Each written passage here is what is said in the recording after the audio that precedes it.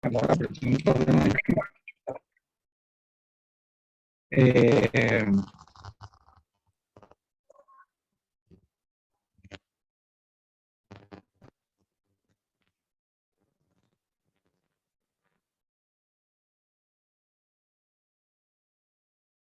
nuevamente, entonces, eh, ¿están viendo la pantalla allí? Sí, doc. Sí, doctor, sí, ahí está. Bueno, entonces, dentro de la semiología de la cadera estaba, no sé qué le pasa. Estaba mencionando que lo primero que tenemos que hacer es un interrogatorio adecuado sobre algunas características de la presencia de dolor, de cojera, de alteraciones en la función o de traumas previos a nivel de la articulación. Eh, para ver, entonces encontramos que lo primero que tenemos que evaluar es el dolor, para saber de dónde se origina el dolor en el paciente que está consultando. Hay dolores que son intraarticulares y son propios de la articulación de la cadera. Igualmente hay dolores que son irradiados desde otros sitios, como los originados a nivel de la columna lumbar o de la región sacra, que pueden irradiarse hacia la región articular de la cadera. Por ejemplo, igual la presencia de desgarros musculares a nivel del recto anterior o del sartorio pueden originar dolor en la parte anterior. Para la localización del dolor en la región lateral, entonces vemos como una de las patologías que más frecuentemente consultan o originan este dolor son las bursitis a nivel del trocánter mayor, la presencia de una cadera en resorte, que es una retracción del tensor de la fascia lata y ocasiona cierto resalte del tendón cuando le hacemos una maniobra de aducción en el paciente en posición lateral. La melalgia parestésica, que eventualmente los pacientes que tienen cirugías previas pueden ocasionar dolor en la parte anterior sobre el trayecto nervioso del nervio cutáneo femoral lateral. Esto también los pacientes que tienen obesidad, a veces por el cinturón, pueden presentar este tipo de dolores que no son muy frecuentes, pero pueden ser una causa de consulta. Los desgarros a nivel del tensor de la fascia lata, igualmente las patologías discales a nivel de la columna. Y el dolor que se localiza en la parte posterior, principalmente las radiculopatías compresivas a nivel de las últimas vértebras lumbares, el síndrome piriforme, que es este músculo que es uno de los rotadores principales de la cadera, se inflama y ocasiona compresión sobre el nervio mediano. A veces no es tan fácil diagnosticar estos pacientes y pueden requerir hacer estudios como una resonancia para aclarar el dolor de esta localización. Los desgarros musculares insercionales a nivel de los isquiotibiales aquí en el isquio son muy frecuentes, sobre todo en los deportistas de alto rendimiento y en los pacientes atletas pueden ocasionarle inflamaciones o desgarros musculares a este nivel y hay que tenerlos en cuenta. Y en la región medial de la cadera, pues ya encontramos, por ejemplo, como es la inserción del iliopsoas. Tenemos que tener en cuenta los desgarros musculares del iliopsoas, la presencia de bursitis, el absceso del psoas, que es una patología que se origina en la región lumbar, pero estos abscesos se drenan hacia la región inguinal y ocasionan dolor a ese nivel.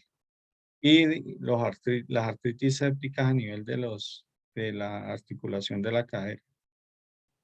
Para evaluar la presencia de cojera, entonces tenemos que evaluar algunas características como cuál es la duración del síntoma, cuándo se desencadena, cuáles son los factores de riesgo que ocasionan o despiertan la cojera en el paciente, cuál es la distancia que el paciente camina antes de que el paciente empiece a cojear, eh, la presencia o el uso de órtesis asociadas para mejorar los patrones de marcha. Y ese tipo de cojeras uno lo puede clasificar entre cojeras que son dolorosas o no dolorosas, y entra uno a evaluar muy bien cuál es la función motora que tiene el paciente, porque no sabemos si el paciente está cogiendo por dolor o por si tiene una disfunción muscular, por ejemplo, una secuela de una radiculopatía o una lesión del nervio periférico Entonces hay que evaluar muy bien cuál es la causa de la cojera en el paciente.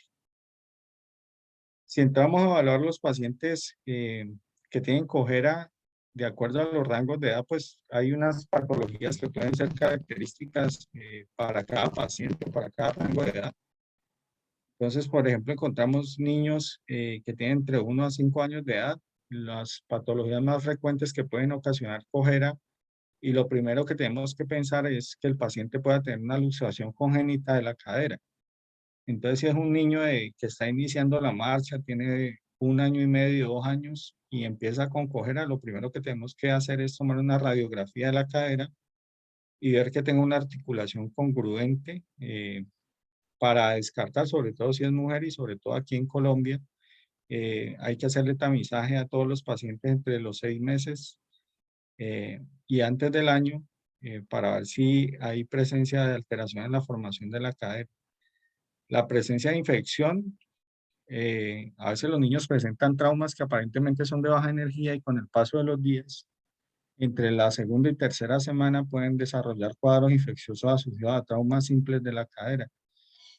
Y la sinovitis transitoria, que es una entidad en la cual encontramos un niño con una cojera antálgica, con derrame articular, inclusive con cambios inflamatorios, pero cuando hacemos los parámetros de infección como proteína C reactiva y velocidad de sedimentación, son pacientes que tienen estos parámetros dentro de límites normales. Entre los 5 y los 10 años de edad, la primera entidad en la cual tenemos que pensar es una enfermedad de Pertes, que es una necrosis avascular y que es progresiva a nivel de la cabeza del fémur, en la cual los pacientes, toda su niñez ha sido normal y entre los 6 y los 7 u 8 años de edad característicamente empiezan a desarrollar cojera asociada. Es simple de diagnosticar con una radiografía, vemos cambios en la morfología de la cabeza femoral y estos niños van a tener estas secuelas a largo plazo. La verdad es que casi que el diagnóstico se hace después de que el paciente ya tiene los síntomas y cuando tiene ya una alteración morfológica de la cadera. La infección, también tenemos que pensar en la artritis. Y en los pacientes que tienen entre 10 y 25 años de edad, donde están un poco más adolescentes, lo primero que tenemos que pensar es en los deslizamientos epifisiarios post-trauma y eventualmente algunos niños que tienen ciertas características como que son niños obesos con hipogonadismo. La primera opción es un deslizamiento epifisiario a nivel de la cabeza femoral. Entonces es importante también tratar de diagnosticarlo de forma temprana, porque esos niños, si se hace un diagnóstico temprano, el pronóstico va a ser mejor al hacer una fijación temprana.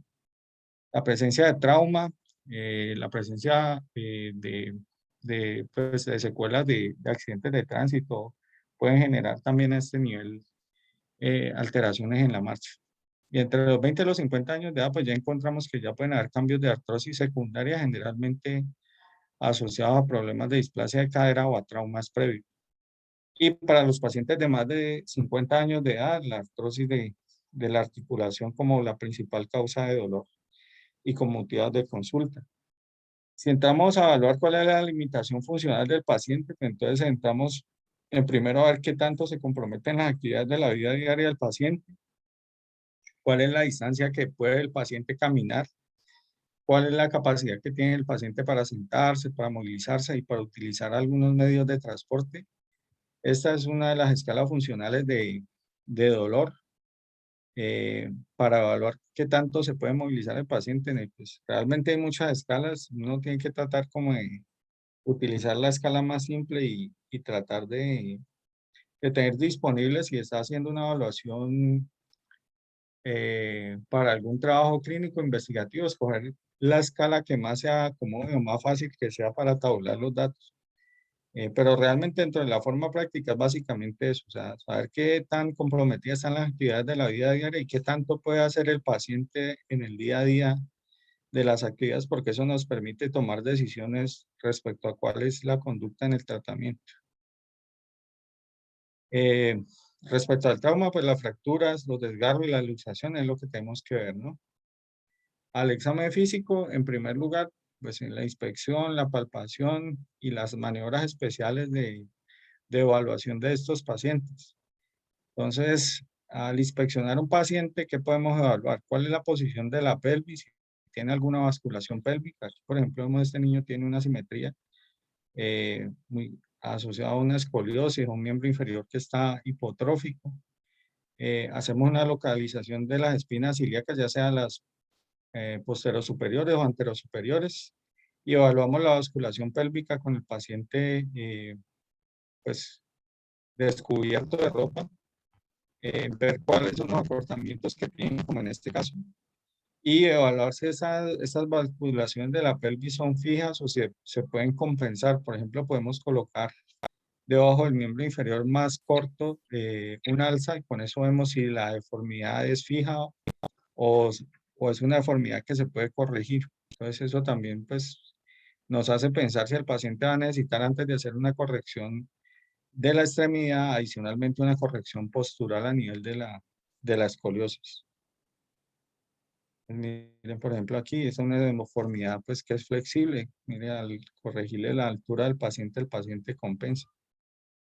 Entonces, eso es muy importante, ver qué tanto es rígido, flexible las patologías de la columna lumbosacra, porque eso, sobre todo cuando vamos a tomar decisiones quirúrgicas, nos hacen modificar, pues, más o menos cuáles son los implantes que podemos utilizar o cuáles son las técnicas que podemos utilizar para que las caderas no se luxen, por ejemplo, en el caso de que vamos a hacer un reemplazo de cadera. Entonces, este tipo de deformidades tan severas y el paciente consulta por una cojera en la cadera, pues, va a necesitar una corrección diferente a un paciente con una posición normal antes de pensar en un procedimiento quirúrgico a nivel de la cadera. Pues tenemos que corregir la deformidad de la columna, porque si no, pues vamos a tener unos malos resultados.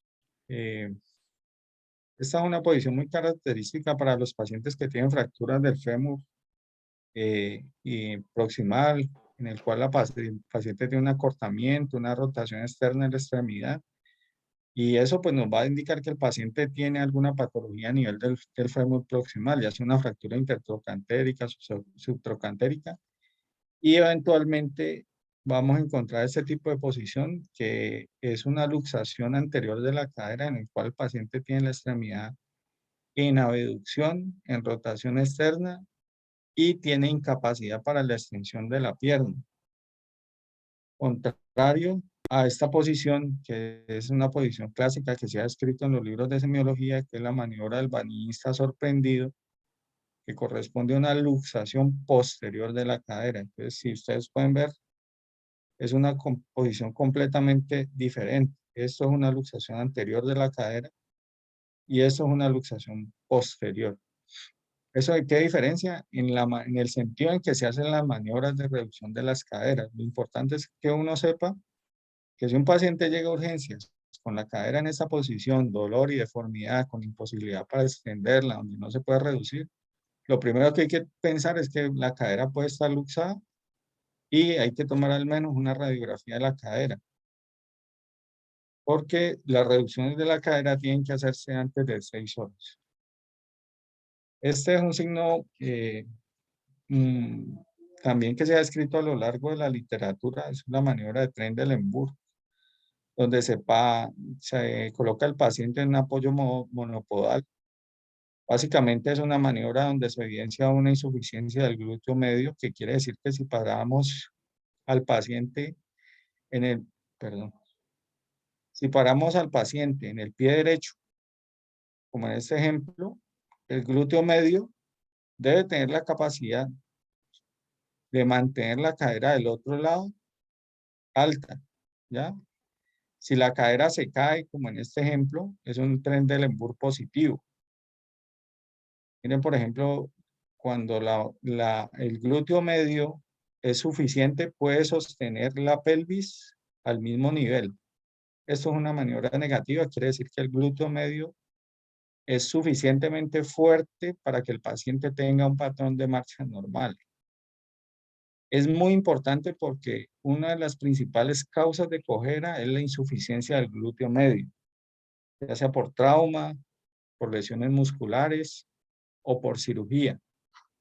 Entonces, es muy frecuente que ustedes al ver un paciente donde se está estudiando cuál es la causa de la cojera, si haga esta maniobra, entonces uno ya sabe si el paciente tiene una insuficiencia del glúteo medio. Entonces, ¿cuál es la primera conducta que hay que tomar? Hacer un fortalecimiento del glúteo medio para que el paciente mejore su patrón de marcha. Entonces, es importante que aprendan esta maniobra y que la sepan interpretar.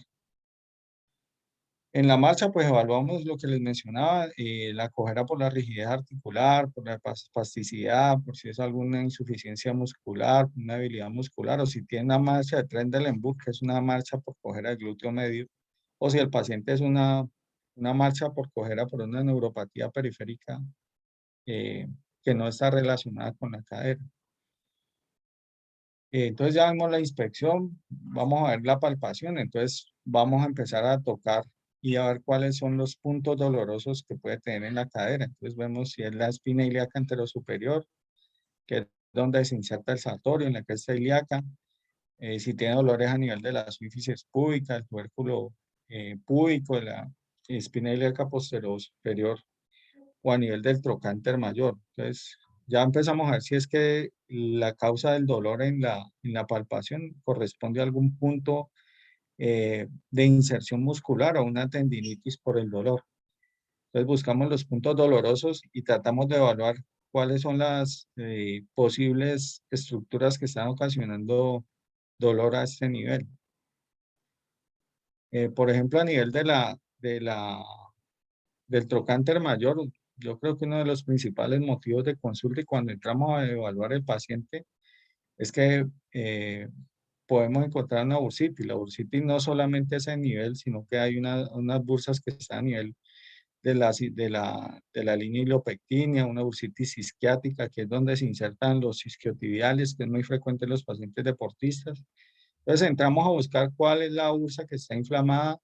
Una vez toquemos el punto, pues tenemos que pensar que es una bursitis lo que está ocasionando el dolor y el tratamiento es, en muchos casos, si inicialmente con la terapia no funciona, hacer una infiltración de esteroides con mezclas de lidocaína y eso puede mejorar los síntomas del paciente.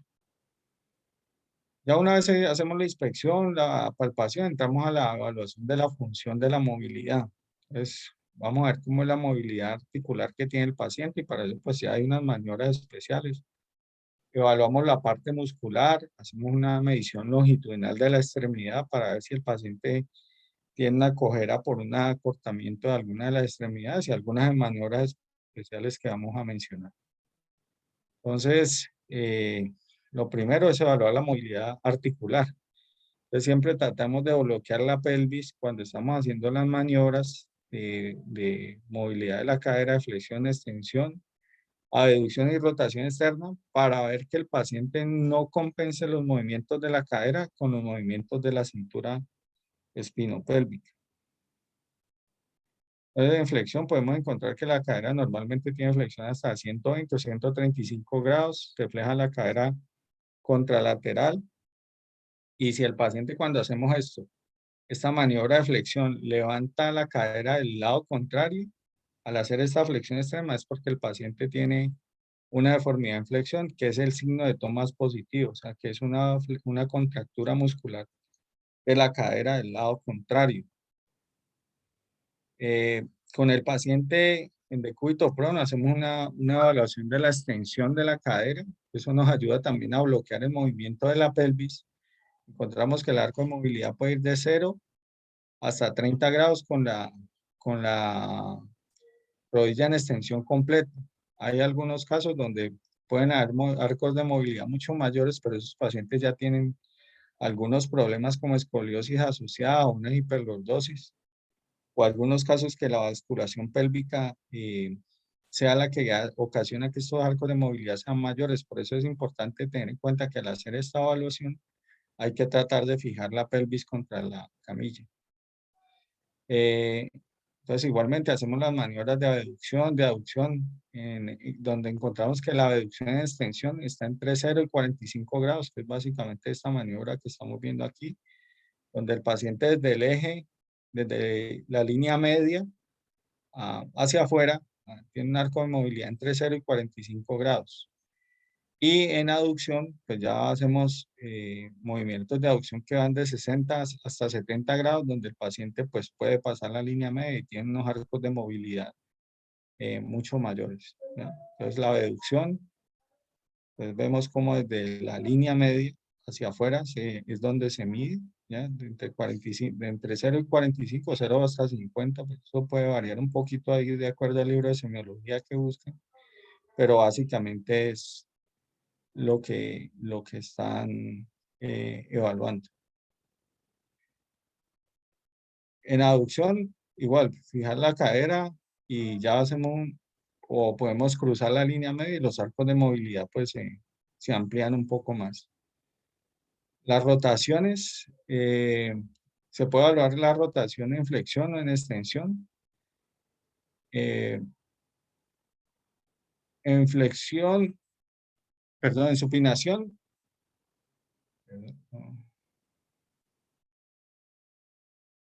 Bueno, aquí hay dos opciones de evaluarlo. El paciente,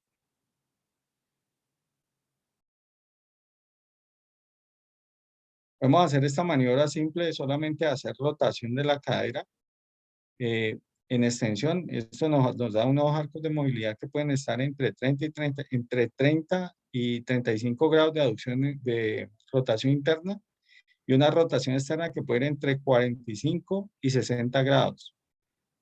Y podemos hacer una evaluación también con la cadera en flexión y con la rodilla en flexión de 90 grados, que más o menos nos da unos arcos de movilidad que están más o menos dentro de los mismos parámetros de movilidad. Son las dos opciones que hay para hacer la movilidad y eso depende de qué tanto tolere el paciente la posición. Por ejemplo, hay pacientes que por sus patologías de base o por el dolor no permiten, por ejemplo, que usted haga esta evaluación, sino que solamente puede hacer la evaluación con el paciente acostado y podemos hacerlo simplemente con la rodilla extensión y haciendo rotación del pie.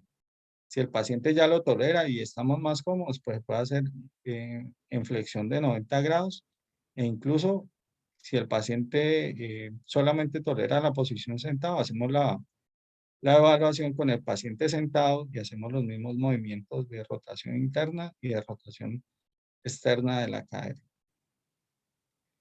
Hay algunas maniobras especiales que son importantes que las tengamos en cuenta, que es por ejemplo en los niños, cuando hacemos la valoración de los recién nacidos, que son las maniobras para evaluar la presencia o la ausencia de luxación congénita de cadera.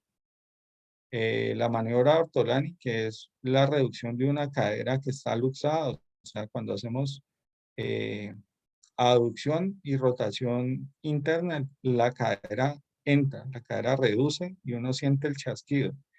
Y la maniobra de Barlow, que es cuando hacemos la flexión de la cadera en 90 grados y tratamos de empujar la cadera hacia afuera, la cadera se luxa. Yo creo que eso es más fácil como entenderlo cuando uno lo hace, pero básicamente lo que tratamos es de buscar una luxación y una reducción de la cadera que está inestable en el neonato. Y eso es algo que es muy importante porque estos pacientes hay que tamizarlos desde el nacimiento. La primera maniobra que se hace cuando el paciente nace son esas dos maniobras de todos los recién nacidos. Y si hay alguna duda, dentro de los primeros 4 meses hacemos una ecografía de la cadera para evaluar objetivamente la presencia de displasia de cadera.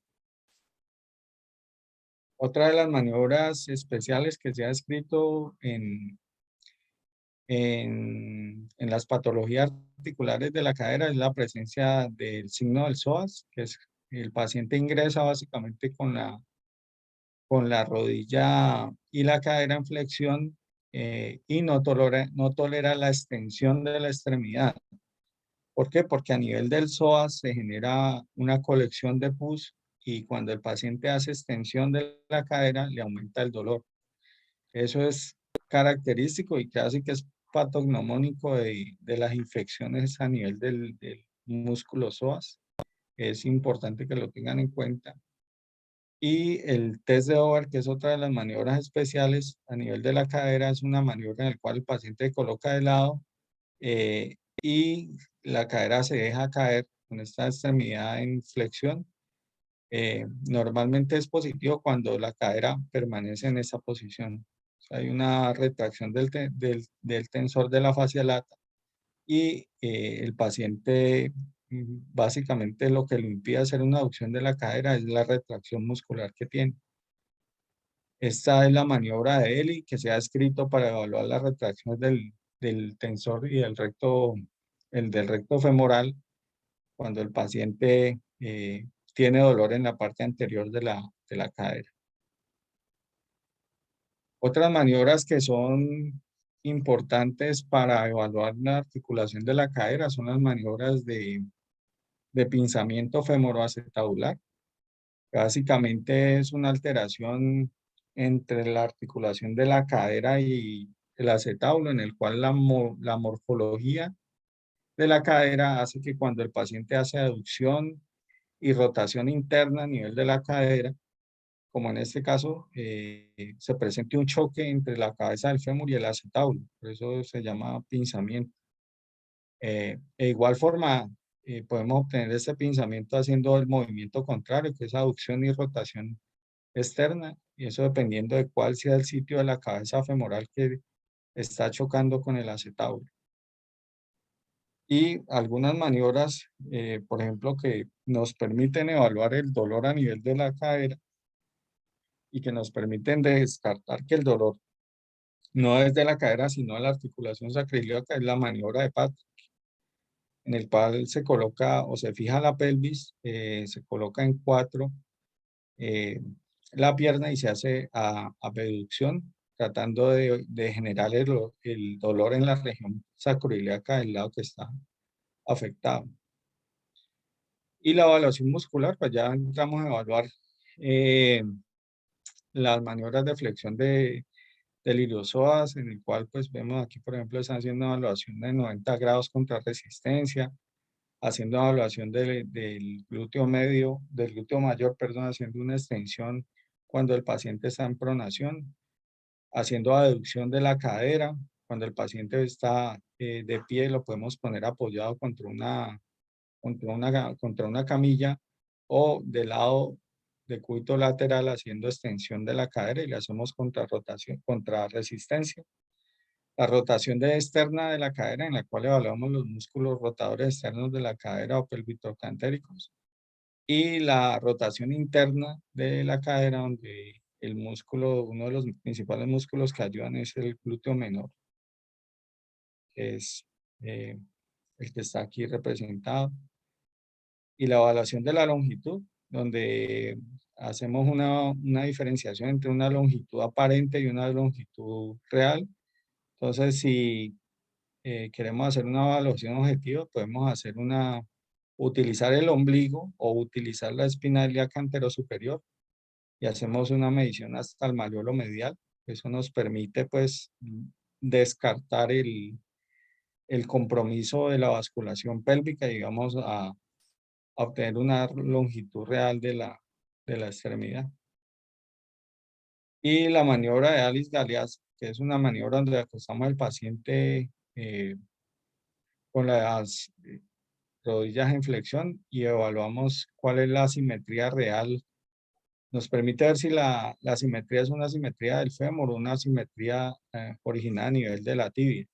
Entonces podemos ver cuál es realmente el origen del acortamiento de la extremidad. Esa es la parte de la semiología de cadera. No sé si tengan alguna pregunta. ¿Me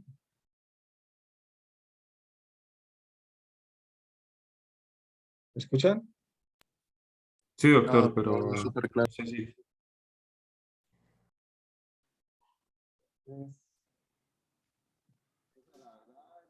No había tenido la oportunidad de hacer esta charla un poco más práctica, porque realmente hay como muchos ítems que están para evaluar, y es que es más fácil hacerlo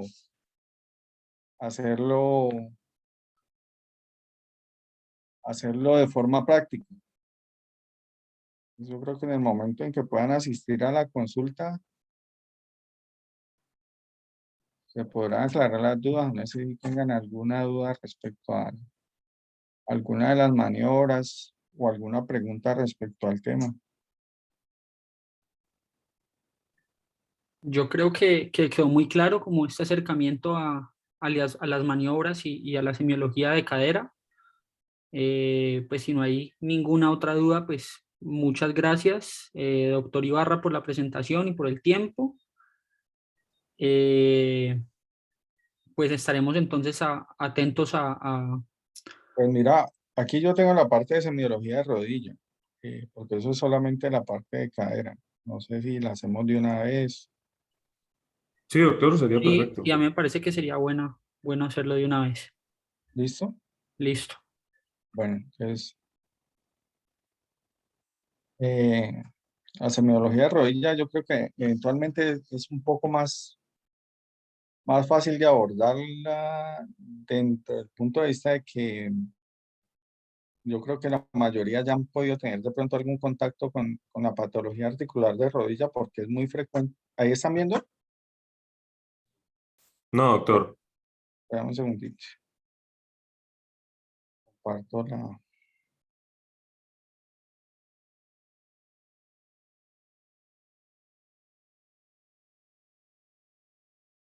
Ahí. Sí, doctor, ahí sí ya vemos.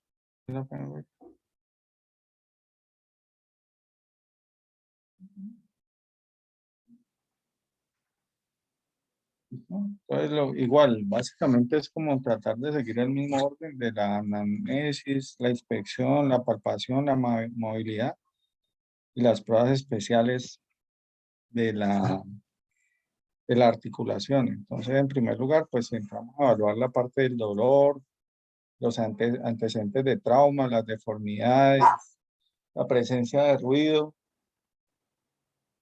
eh, de ruido en cuanto a la crepitación y el chasquido que algunos pacientes pueden reportar a nivel de la rodilla, la presencia de edema, los trastornos en la marcha, la presencia de bloqueo en la rodilla, que lo primero que nos tiene que hacer pensar es en patología a nivel del menisco y la presencia de inestabilidad entre los síntomas como causa principal de la consulta. Entonces, dentro del dolor, pues tenemos que tratar de eh, caracterizarlo, de localizarlo, de evaluar el momento en que aparece, de si se asocia o no con la actividad física, al subir y bajar escaleras, por ejemplo, en las pacientes mujeres que tienen síndromes patelofemorales, es muy frecuente que el paciente tenga síntomas al subir y bajar escaleras y cada cuánto se repiten esos episodios. Entonces, aquí hay un cuadro donde se evidencia, pues de acuerdo a los rangos de edad, como habíamos visto anteriormente, cuáles son algunas de las patologías más frecuentes de acuerdo a los rangos de edad y que nos hacen pensar, pues, cuál es el origen del dolor que está presentando el paciente. Entonces, encontramos como entre los 0 y los 12 años de edad, si un niño presenta síntomas de dolor, de bloqueo, lo primero que tenemos que pensar, tanto en hombres como en mujeres, es que el paciente tiene un menisco discoide. Eso es muy frecuente. El paciente eventualmente consulta porque está haciendo su práctica deportiva, que es muy frecuente a esta edad, y la rodilla empieza a inflamarse sin ninguna causa aparente. Entonces, lo primero que tenemos que pensar es que es un menisco discoide que se está rompiendo y que está ocasionando síntomas a nivel de la articulación. Entre los 12 y los 18 años de edad, si es hombre, dolor anterior en la rodilla, lo más probable es que el paciente tenga un Slater, que es una osteocondritis a nivel de la tuberosidad anterior de la rodilla. Y eso lo van a ver en la consulta. Es muy frecuente que el paciente eh, se haga una inflamación y una prominencia ósea a nivel de la tuberosidad anterior de la tibia, que es cuando el paciente llega a la consulta y que se desencadena sobre todo en pacientes que practican actividades deportivas donde impliquen esfuerzos a nivel de la inserción, como el fútbol, como el baloncesto, el voleibol. Es muy frecuente que esos niños consulten a esa por este tipo de patologías. Si es mujer, tanto en ese rango de edad como en las pacientes menores de 30 años de edad, lo primero que tienen que pensar es en patologías patelofemorales, inestabilidades patelofemorales, rótulas que luxan. En los hombres es más frecuente entre los 18 y 30 años los desgarros meniscales y las condromatolasias patelofemorales. Ya entre los 30 y los 50 años de edad, pues cambiamos del rango de características de dolor a enfermedades más inflamatorias y posteriormente las lesiones meniscales y la artrosis en edades más avanzadas. En la inspección, pues lo primero que hay que evaluar en un paciente cuando llega a la consulta son las deformidades angulares, ¿ya? Entonces, esta es una rodilla normal donde se conservan los ángulos de alineación normal de la extremidad que está entre 5 a 7 grados de valgo.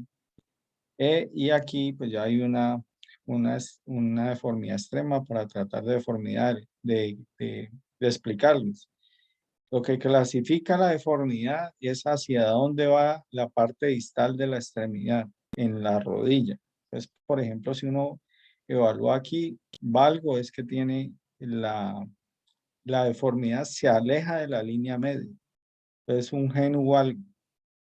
Y el varo es cuando la parte distal de la extremidad se acerca hacia la línea media. Entonces, un genu varo. Esas son las dos deformidades que son características de la rodilla. El genu varo para los pacientes que son futbolistas, por ejemplo, es muy frecuente que desarrollen un varo por el mecanismo de carga que desarrollan en la actividad deportiva. Esto es un genu valgo. Entonces, si pueden ver, la línea media está aquí. Esta deformidad se aleja de la línea media, entonces es un genu valgo. Y esta es una deformidad donde aquí está la línea media y la parte distal de la extremidad se acerca hacia la línea media, es un genu varo. Hay algunas deformidades adicionales en las cuales está, por ejemplo, la torsión tibial, en la cual hay una malrotación de la tibia proximal, la presencia de alteraciones, de tumores o alteraciones a nivel del cuádriceps. O, por ejemplo, a la vista en la parte posterior, la presencia de este tipo de masas que yo creo que muchos las hemos podido ver, ojalá la hayan podido ver en la consulta, es un quiste de Baker, es una tumefacción que se localiza en la parte posteromedial de la rodilla, es muy fácil de palpar y de diagnosticar, es un quiste sinovial, el cual es de características benignas, pero es una causa frecuente de la consulta. Y a la inspección en la valoración clínica, lo que podemos ver, por ejemplo, son las deformidades en recurvatum, que es esta deformidad donde la rodilla se va hacia atrás, o el antecurvatum, que es ocasionado por deformidades en flexión de la rodilla, donde la rodilla se deforma hacia adelante. ¿Qué vamos ya una vez hacemos la inspección, es qué vamos a palpar o qué vamos a buscar en la rodilla? Entonces es lo mismo, tratar de buscar cuál es el punto que le está doliendo en la rodilla, porque así podemos tener una idea de cuál es la patología que está desencadenando el dolor. Entonces encontramos que hay que palpar el polo inferior de la patela, que hay que palpar el tubérculo de Yerdi, que hay que palpar el tendón patelar, que hay que buscar la cabeza del peroné para identificarla. Vamos a buscar cuáles son los bordes de la rótula, los cuales pueden tener dolor, por ejemplo, en los pacientes que tienen inestabilidad patelofemoral, tienen dolor a nivel de los bordes o de las facetas laterales de la rodilla. Identificamos cuál es la interlínea articular, pues aquí está la cabeza del peroné, eso, pues son cosas que uno puede ir haciendo eh, como en su práctica diaria para ir conociendo cuáles son las estructuras dolorosas de la rodilla y así tener como una idea de cuál es la causa y la etiología del dolor. Por ejemplo, podemos evaluar cómo hay un derrame articular, cuando simplemente a la inspección podemos verlo, en lo cual hay una acumulación de líquido intraarticular. Aquí hay una maniobra donde lo que hacemos es escurrir el fondo de saco Llevamos todo el líquido hacia el centro, colocamos la mano en la parte inferior, la mano en la parte superior, y con este dedo hacemos como un baloteo de la patela, y lo que se siente es como si hubiera un hielo, un cubo de hielo en un vaso de agua que podemos hundirlo y él vuelve y sube a la superficie. Eso es fácil de hacerlo. Entonces, eh, hay que mirar si ese aumento del volumen de líquido, como vimos en el caso anterior, es un derrame que es intraarticular, o si el aumento del volumen de las rodillas por patologías extraarticulares, porque alrededor de la rodilla, así como en la cadera, hay algunas bursas que se pueden inflamar y pueden dar dolor. Por ejemplo, la bursa prerotuliana o la bursa que está localizada en la región, perdón, en la región anterior de la tuberosidad anterior de la tibia. Es esta bursa que hay acá, que por ejemplo en las personas que están mucho tiempo arrodilladas, como en los mecánicos o en las monjas que pasan mucho tiempo rezando, se empiezan a inflamar y eso puede ser una causa de consulta. Entonces tenemos que evaluar si el aumento del volumen es por acumulación de líquido articular dentro de la rodilla, como vimos en el caso anterior con el signo del témpano de hielo, o si es una bursitis lo que está ocasionando que el paciente se le aumente el dolor a nivel de la rodilla.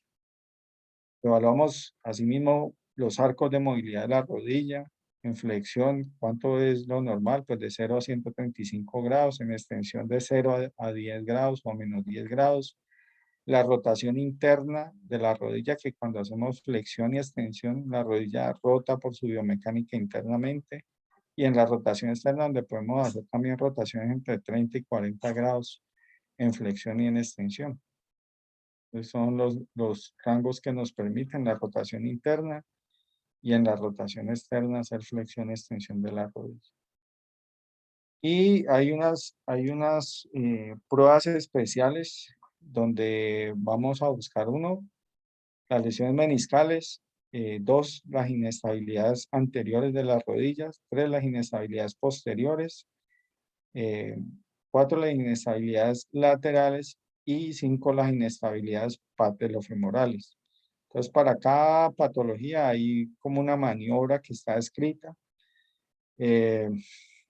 Yo creo que si uno se pone a buscar en los libros de semiología, a veces hay demasiadas maniobras descritas, demasiadas maniobras que son casi que similares o que son iguales, simplemente cambian el nombre. Básicamente lo que hay que hacer es aprenderse una maniobra y tratar de reproducirla y tratar de interpretarla de forma adecuada para hacer un diagnóstico oportuno, más que aprenderse todas las maniobras, porque realmente eso a veces puede ser un poco dispendioso y no es como muy práctico hacerlo.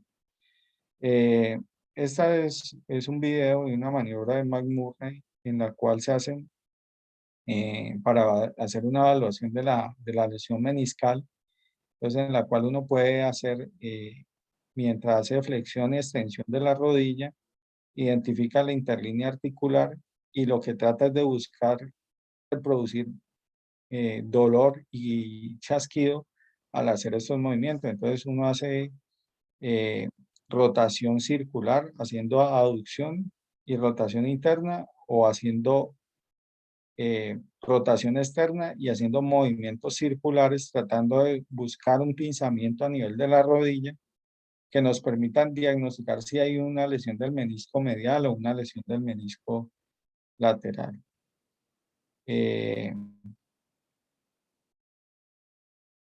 Esta es una maniobra que eventualmente es muy fácil de reproducir. Yo creo que no es de las pocas maniobras que uno no se le olvidan.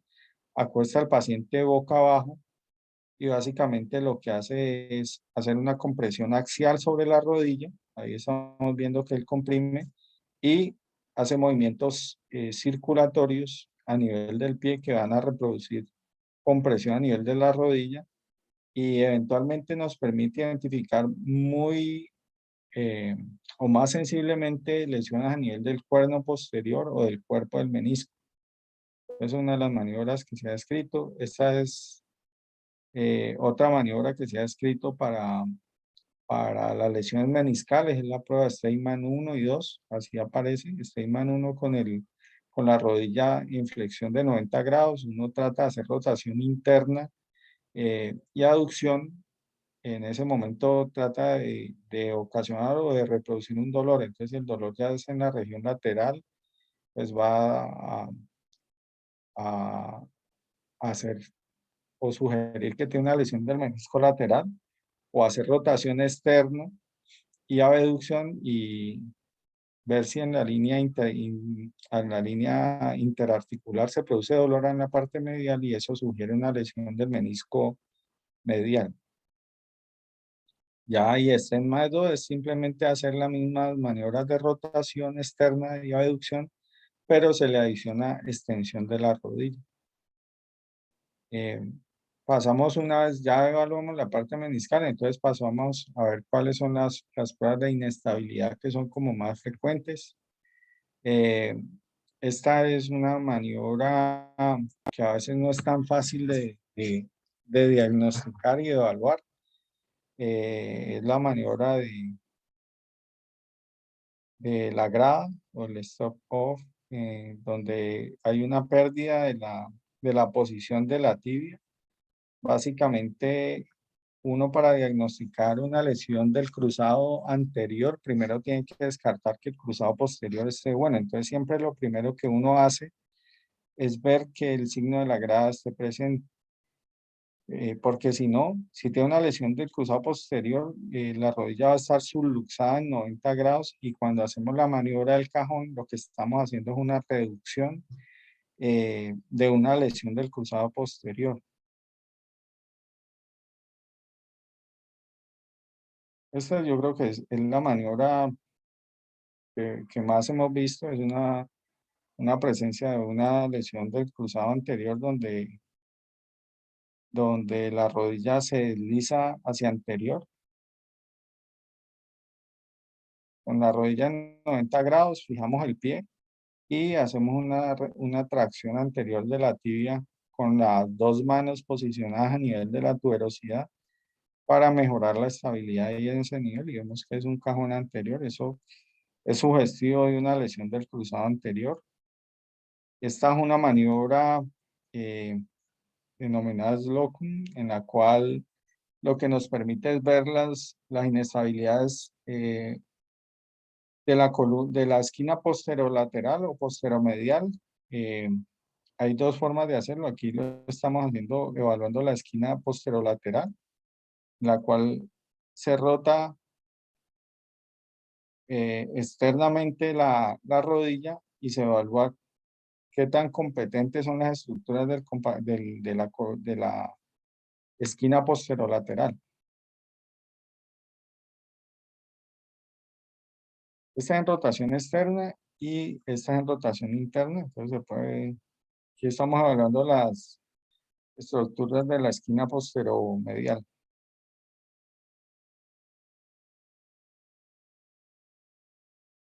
Entonces, si no se luxa, es que las estructuras son competentes, o sea, que están íntegras. Esta es una maniobra que se ha descrito como la maniobra más sensible para ver la lesión del cruzado anterior.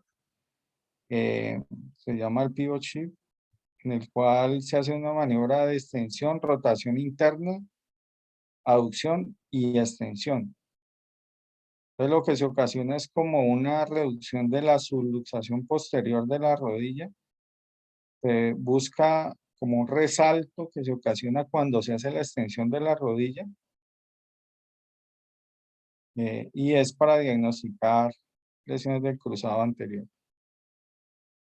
La maniobra del Lachman es otra de las maniobras utilizadas para ver la estabilidad del cruzado anterior. Se utiliza la inflexión de 90 grados. Debemos fijar el fémur distal, la tibia proximal y se hace este movimiento donde vemos como la rodilla tiene una inestabilidad anteroposterior. y nos hace un diagnóstico de una lesión del cruzado anterior. Esta es una de las formas de ver la lesión del cruzado posterior. Es un signo que se ha escrito como el signo de la comba o de la combadura.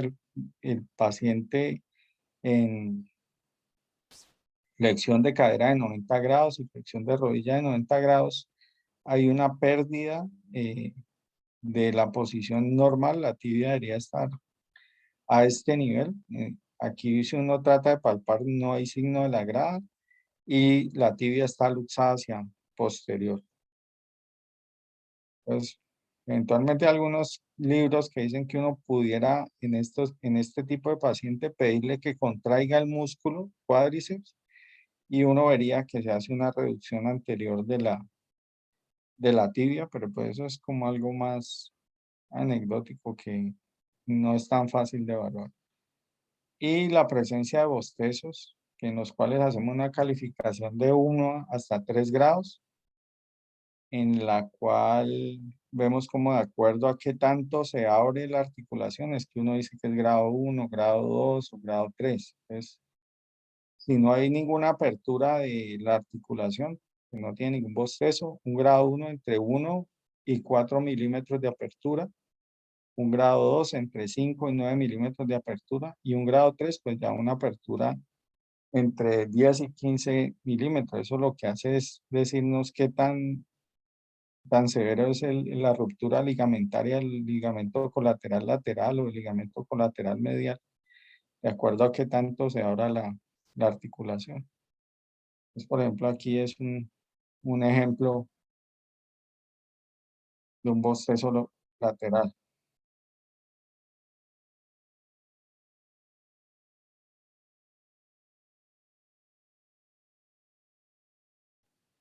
Esta es una maniobra que se ha escrito con el paciente en supino y en la cual se trata como de evaluar si el paciente al levantarlo de la punta del hallux tiene una hiperextensión de la rodilla y tiene un aumento de la rotación externa. Eso es para los pacientes que tienen lesión de la esquina posterolateral. Entonces, estos pacientes, por ejemplo, uno lo que encuentra es que tiene una rotación asimétrica de la extremidad, o sea, del lado que está afectada, la esquina posterolateral, tiene una rotación mayor de 15 o 20 grados de forma comparativa al lado contralateral. Entonces, por ejemplo, esta es la evaluación, se llama el dial test. El paciente se acuesta en decúbito prono y se evalúa en 30 y 90 grados. Entonces ahí vemos si las dos rotaciones son simétricas, la esquina posterolateral está íntegra. Pero si al hacerlo hay una simetría en cualquiera de las dos posiciones de más de 15 grados de rotación, es porque el paciente tiene una lesión o una insuficiencia de la esquina posterolateral. El ángulo Q es el ángulo de inclinación entre el fémur y la tibia. Yo creo que esto en algún momento lo van a escuchar y básicamente pues de 7 grados, que es la alineación normal de la extremidad para que lo tengan presente. Aquí hay una maniobra básicamente lo que uno busca es hacer una presión de la patela contra el cóndilo femoral anterior. Es una prueba de choque rotuliano o maniobra de Clark, signo de Clark, en el cual uno hace presión de la patela contra el fémur y le pide al paciente que contraiga la rodilla. Entonces, si hay alguna lesión patelofemoral, el paciente va a tener dolor en la parte anterior y eso pues va a ser diagnóstico una condromalacia en la mayoría de los casos. Bueno, esta es una maniobra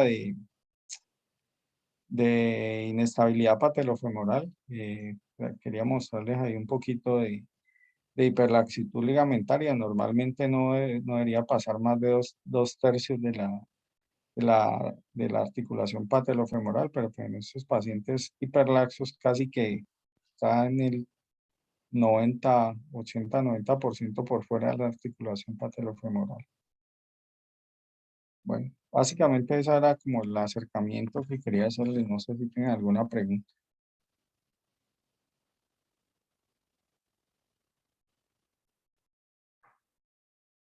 La- Hola, Doc. Yo tengo una pregunta, pero de la Dime. semiología de cadera. Es que Dime. tú estás hablando de displasias como tal y el signo de Alice Galliani sale positivo, o pues digamos como que el fémur versus la tibia. ¿Tiene que salir también el tren del Lemur positivo?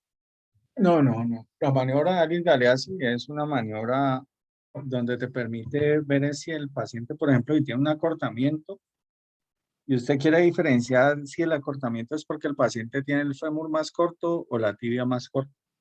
Entonces eso te permite diferenciar porque estás aislando las dos extremidades, ¿ya? Estás aislando el fémur y la tibia. Entonces, al colocarlo en 90 grados, a ti te muestro. Puedes ver si, dame un segundo, yo creo que te muestro más fácil con la gráfica.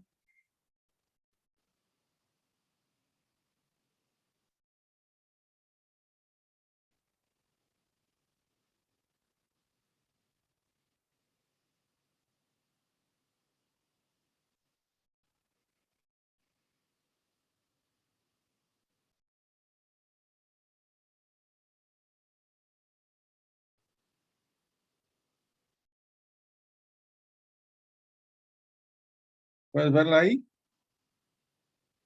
Estoy viendo la presentación de rodilla, Doc. Ah, dame un segundo, te comparto esta de acá. Una cosa.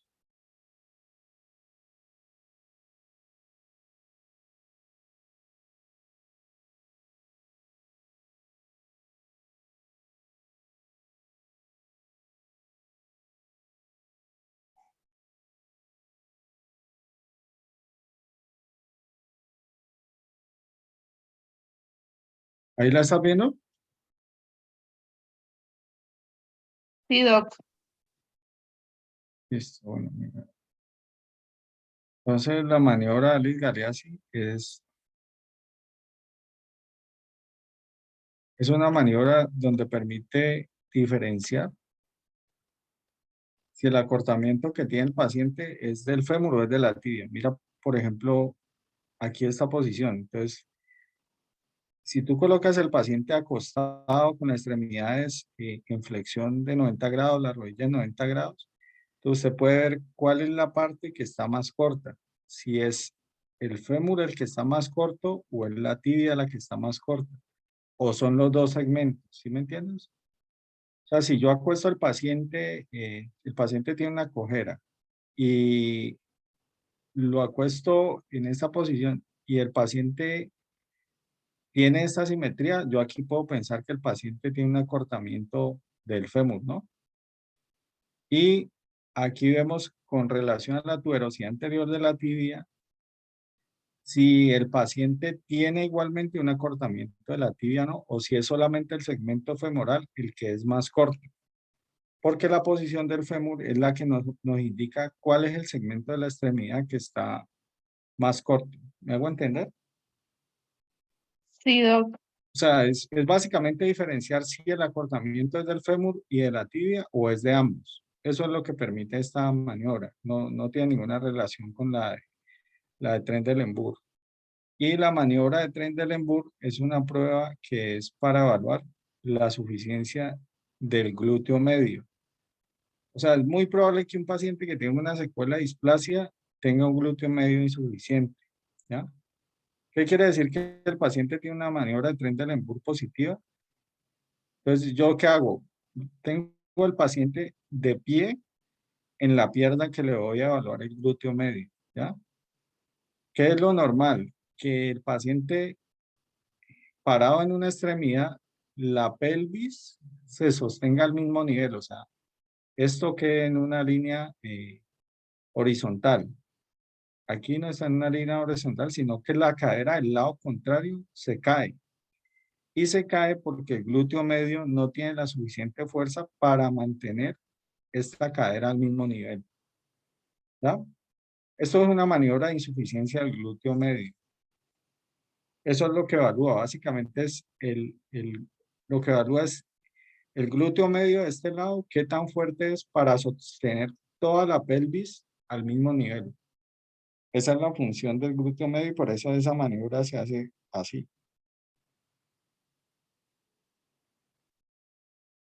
Vale, doctor, muchas gracias. Bueno,